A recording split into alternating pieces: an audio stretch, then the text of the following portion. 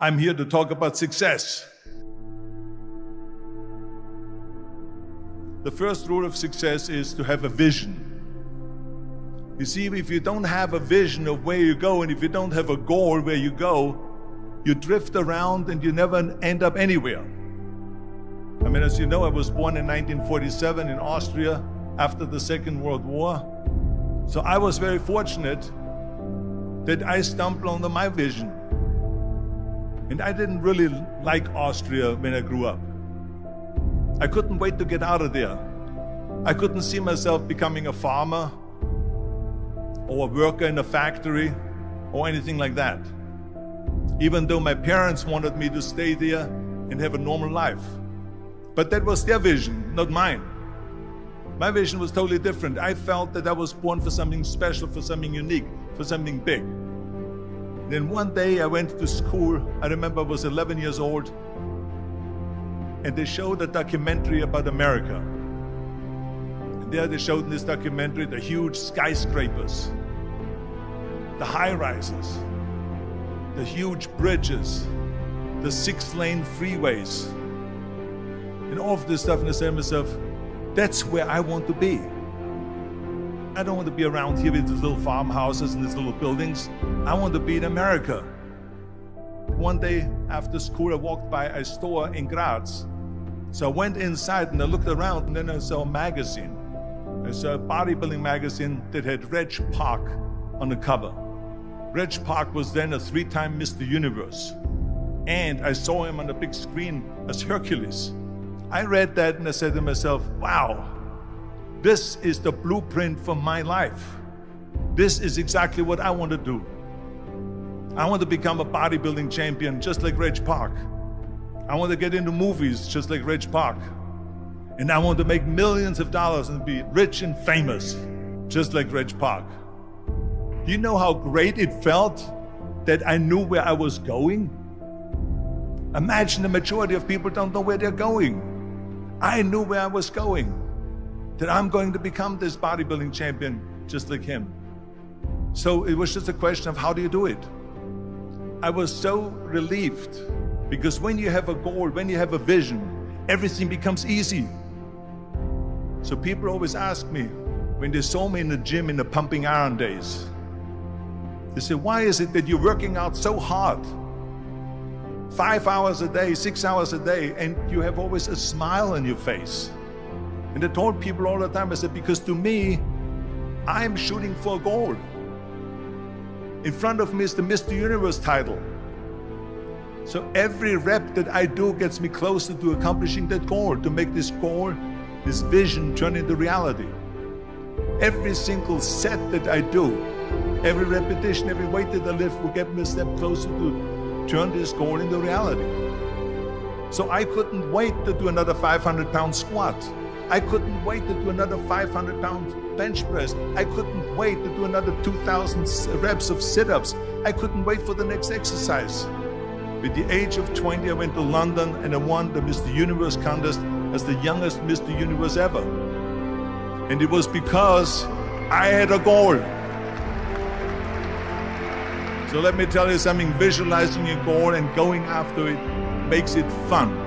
You've got to have a purpose no matter what you do in life. You've got to have a purpose.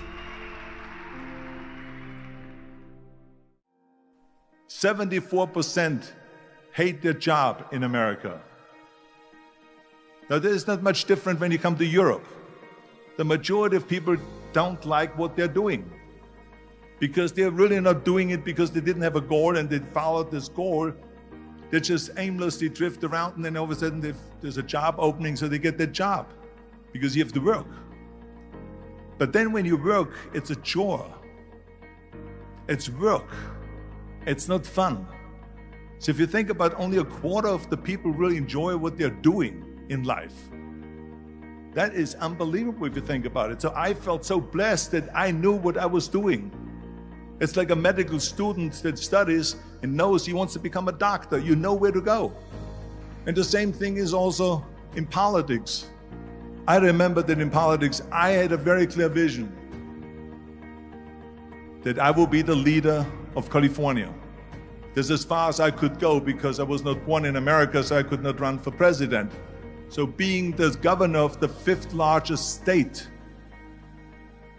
I should say the largest state, the fifth largest economy in the world, was for me really the ultimate title, the ultimate accomplishment in politics. So even though people came up to me and says, why don't you go and run for something smaller, you're never gonna make it. I ran for governor, and then 2 months later I became governor of the state of California. Again, because I had a very clear vision what I'm gonna do with California. So that's rule number one, have a vision. Rule number two is, don't listen to the naysayers. Don't listen to the naysayers.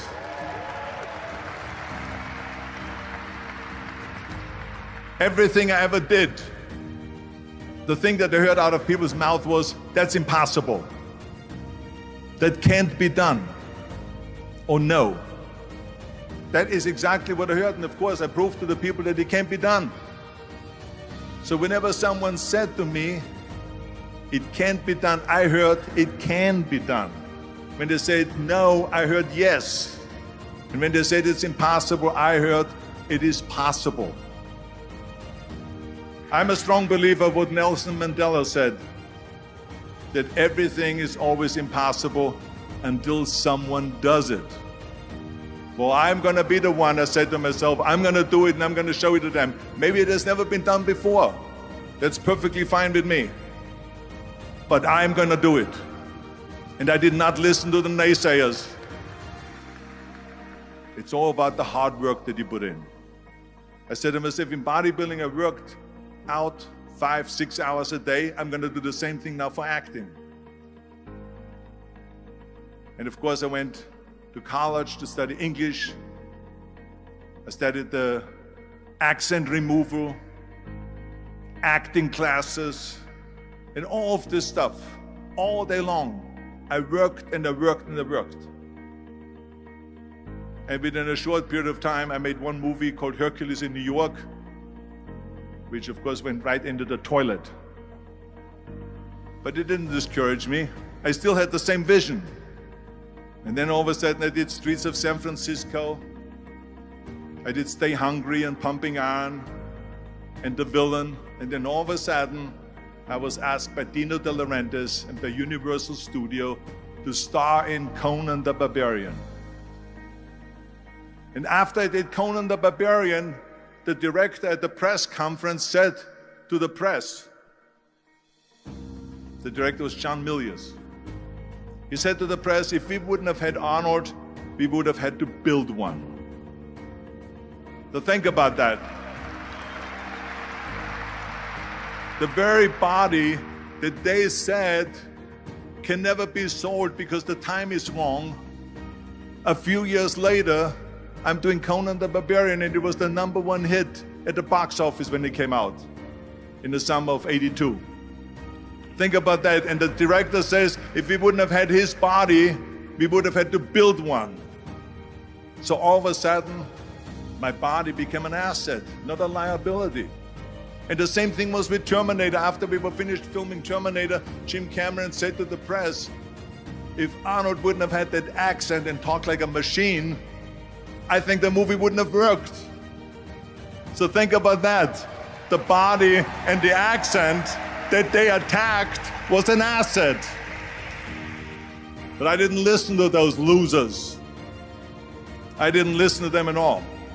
It's just the reality of it is that you cannot listen to the naysayers. So this is a very important lesson for all of you.